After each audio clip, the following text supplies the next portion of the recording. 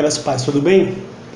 A palavra que eu gostaria de compartilhar com vocês nesse devocional está lá no livro de João, capítulo 5, versículos 5 e 6.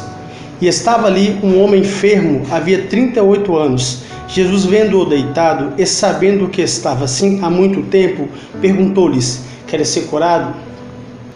Nessa mensagem, a gente vai tratar a respeito de um homem que havia 38 anos, que ele vinha passando por um processo de cura, onde eles esperavam o movimento das águas para ser curado e nunca teve a oportunidade de conseguir chegar a ser curado. Já havia um período que ele passava por essa situação. Eu já começo a entender que é um homem que já não tinha mais esperança ou expectativa nenhuma de vida.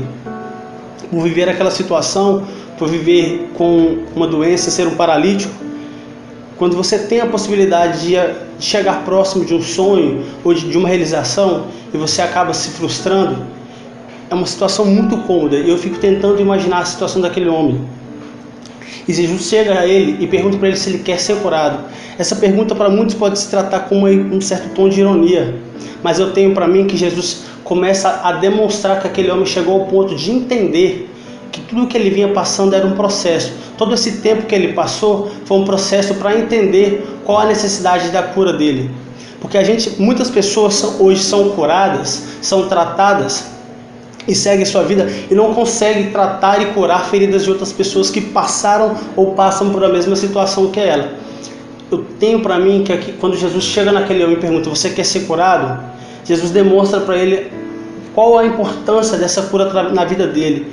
E o que eu entendo que nessa noite nós precisamos, quando se deparamos com pessoas que vêm passando situações ou causas do mesmo tipo que a gente, coisas que a gente foi curado, fomos tratados, a gente não consegue lidar com aquilo. E quando a gente aprende, a gente é tratado, é curado, fica um ensinamento para a gente lidar com outras pessoas.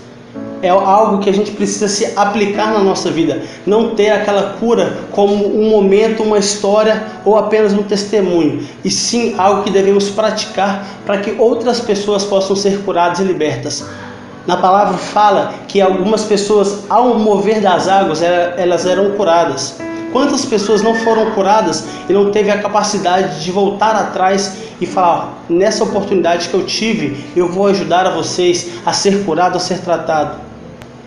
Eu gostaria que você entendesse que o silêncio de Jesus é para que você entenda o que você está passando, que não venha ser algo em vão.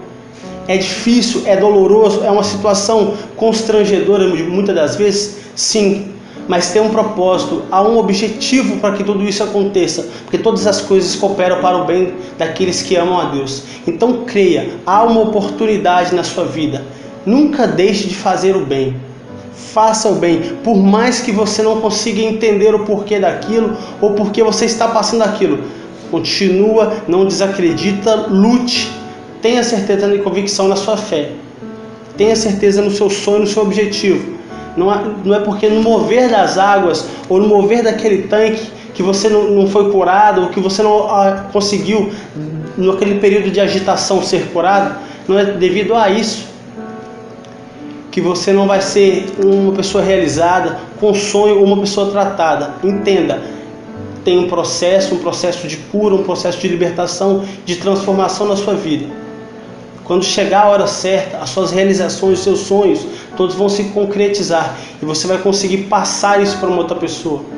Você vai conseguir lidar com outras situações. Muitas das vezes a gente está sendo preparado por Cristo para lidar com algumas diversidades futuras e a gente não consegue entender. O silêncio é um processo de Cristo nas nossas vidas. Entenda o processo de Cristo na sua vida, compreenda e aplique ele no decorrer do seu dia a dia. Amém? Essa é a mensagem que eu gostaria de deixar para vocês.